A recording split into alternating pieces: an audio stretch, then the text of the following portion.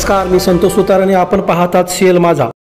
गणरायाच्या आगमनाला आता काही तास शिल्लक राहिल्याने चंदगड तालुक्यातील बाजारपेठा सजावटीच्या साहित्याने सजल्या आहेत। तालुक्यातील चंदगड शहराबरोबरच आडकूर, नागनवाडी, हालकर्णी फाटा, पाटणे फाटा, कोवाड ह्या बाजारपेठांमध्ये सजावटीचे साहित्य झगमगाट दिसत आहे। त्यामुळे खरेदीसाठी ग्राहकांची गर्दी झाल्यामुळे काही ठिकाणी वाहतुकीस अडथळा निर्माण झालेला आहे।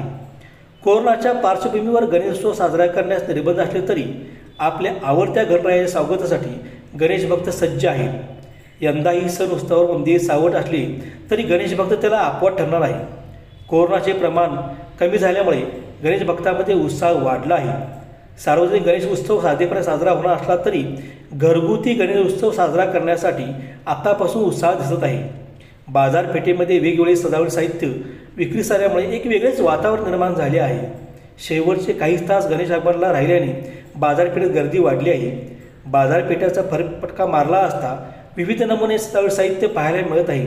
तोरण, गणेश नामक टोप्या, चमकी, फेटा, मोत्यांच्या माळा, विविध प्रकारचे हार, झुंबर, थर्माकोलचे मधील वेगवेगळी कलाकृती, लाइटिंगच्या माळा आदी साहित्य आकर्षक ठरत आहे। सध्या या सर्वांचे दर जरी वाढले असले तरी आवडत्या गणेशासाठी गणेश भक्त मोठ्या उत्साहात खरेदी करत दिसत आहेत। कोरोनामुळे यंदाचा गणेश उत्सव साधेपणाने साजरा होणार असला तरी गणेश भक्तांमध्ये उत्साह आहे। त्यामुळे खरेदी जोमात सुरू असल्याचे चित्र दिसत आहे। जशी गणेश मंडळी वाढली तरी सजावटीच्या दुकाने विक्रेत्यांची संख्या देखील तालुक्यातील सर्वच गावांमध्ये वाढली दिसत आहे।